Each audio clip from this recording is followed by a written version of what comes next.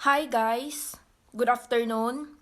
So today is December 3. May plano ako na mag-edit ng video.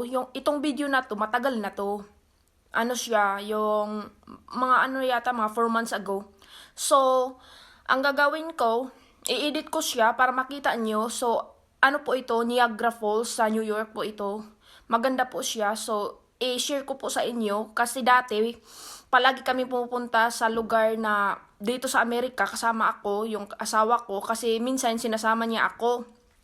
Tapos, yun nga, naisipan ko na i-edit ko na lang, tapos may halong picture din kasi yung video hindi masyadong mataas, yung konti-konti lang kasi dati wala akong plano mag-video-video ganun.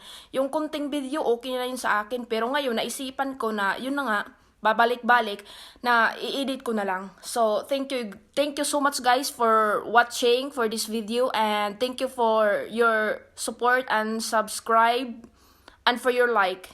I hope ma-enjoy nyo yung video na ginagawa ko.